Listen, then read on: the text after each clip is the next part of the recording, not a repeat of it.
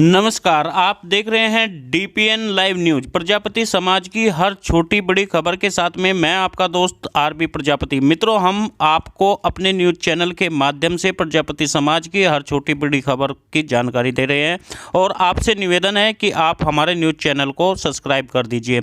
आज हम आपको वह खबर दिखाएंगे जिसे हम हर रोज़ एक बात कहते थे, अपने न्यूज़ चैनल के माध्यम से कहते थे कि प्रजापति समाज का अभी तक कोई आदमी लोकसभा में नहीं है, यानी राज्यसभा में नहीं है।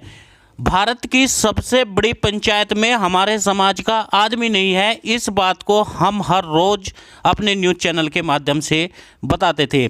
आखिर सरकार ने इस खबर को ले लिया है संज्ञान में और हमारे दिनेश भाई प्रजापति जो गुजरात से हैं, वे राज्यसभा सदस्य के उम्मीदवार बनाए गए हैं उपचुनाव में। पूरी खबर हम आपको बता देते हैं। भारतीय जनता पार्टी ने मंगलवार को यह घोषणा की, राम भाई मकोरिया और दिनेश भाई प्रजापति को गुजरात की 2 खाली राज्यसभा सीटों के लिए मैदान में उतारेगी। इन सीटों के लिए 1 मार्च को मतदान होगा।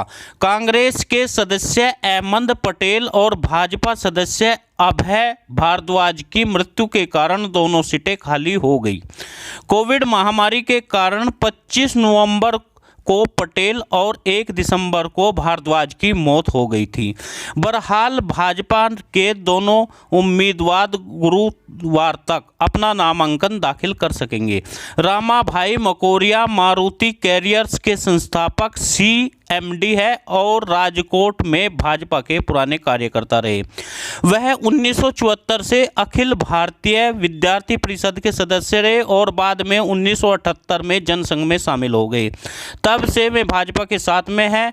मकोरिया ब्राह्मण समुदाय से है और दिनेश प्रजापति अन्य पिछड़ा समुदाय से है जो अखिल भारतीय प्रजापति महासंघ के सदस्य है, स्थायी सदस्य है।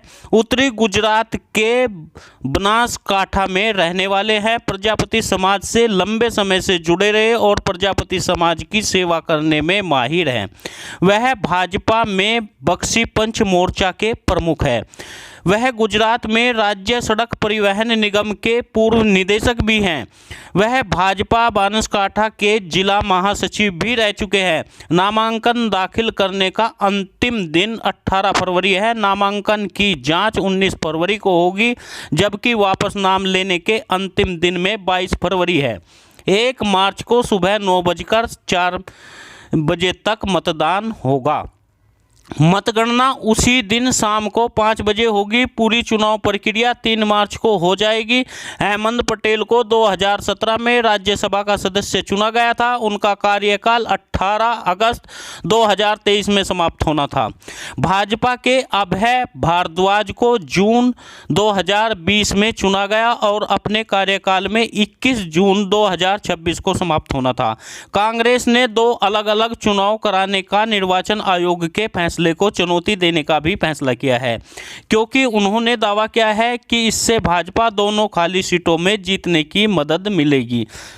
दिनेश भाई प्रजापति को राज्यसभा का सदस्य का उम्मीदवार बनाया गया है। यह प्रजापति समाज के लिए बड़े गर्व की बात है। रत्नप्पा कुमार के बाद में यदि कोई नाम आया है वो दिनेश प्रजापति का आया है। दिनेश प्रजापति लंबे समय से अखिल भारतीय प्रजापति महासंघ से जुड़े हुए हैं।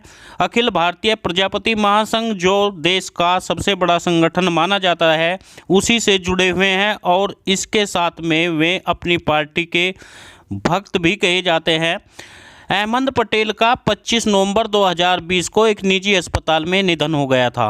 वो 5 बार राज्यसभा के सदस्य चुने गए थे। 2017 में वो जीतकर राज्यसभा में आए थे। उनके निधन वाले दिन ही इस सीट को रिक्त घोषित कर दिया गया था। उनका कार्यकाल 18 अगस्त 2023 तक था। वह दूसरी सीट राज्यसभा सदस्य अभय भारद्वाज के निधन के लिए खाली हुई थी। भारद्वाज का कार्यकाल 21 जून 2026 तक था। चुनाव आयोग ने दोनों रिक्त सीटों को अलग अलग चुनाव कराने का फैसला किया है। हालांकि इन दोनों ही सीटों में भाजपा प्रत्याशियों को चुना जाना तय है। गुजरात के सियासी समीकरण की यदि बात करें तो बीजेपी के 111 विधायक हैं, वहीं कांग्रेस के 65 विधायक हैं। राज्यसभा चुनाव जीतने के 50% वोट या 88 वोट जरूरी होते हैं। पिछले साल इसी तरह बीजेपी ने अमित शाह और स्मृति ईरानी द्वारा खाली की गई सीट भी विजय हासिल की थी। 2019 में एक सीट पर विदेश मंत्री जयशंकर ने जीत दर्ज की थी। यह बड़ी ही गर्व की बात प्रजापति समाज के लिए मानी जा रही है और प्रजापति समाज में एक खुशी की लहर है कि दिनेश भाई प्रजापति को उम्मीदवार बनाया गया है राज्यसभा सदस्य का। इसलिए पूरे देश में बधाई का तांता लगा हुआ है। हर जगह प्रजापति समाज के लोगों ने मिठाई बांटकर एक दूसरे को मुबारकबाद भी देनी शुरू कर दी है। गुजरात से राज्यसभा उपचुनाव के लिए भारतीय जनता पार्टी ने दिनेश भाई प्रजापति को व राम भाई मकोरिया को उम्मीदवार बनाया है। दोनों खाली सीटों पर बीजेपी के कैंडिडेट का जाना तय है। यह एक बड़ी और अहम खबर है।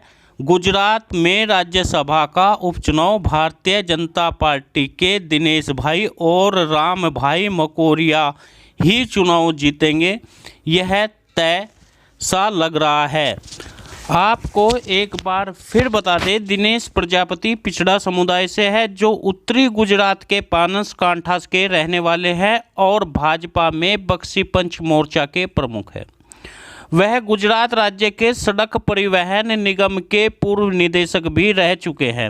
वह भाजपा बनासकांठा के महासचिव पद पर है। जो जिले का बनासकांठा है वहाँ उसके महासचिव रह चुके हैं।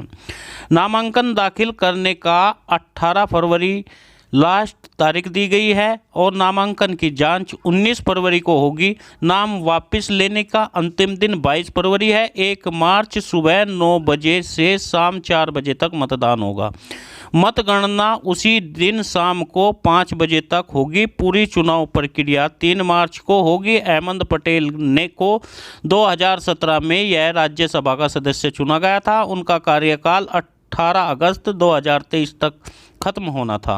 भाजपा के अभय भारद्वाज को जून 2020 में चुना गया था और 21 जून 2026 को समाप्त होना था। कांग्रेस ने दोनों अलग अलग चुनाव कराने के निर्वाचन के आयोग के फैसले को भी चुनौती दिया है, क्योंकि उनका दावा है कि इससे भाजपा को दोनों खाली सीटों में जीतने की मदद मिलेगी।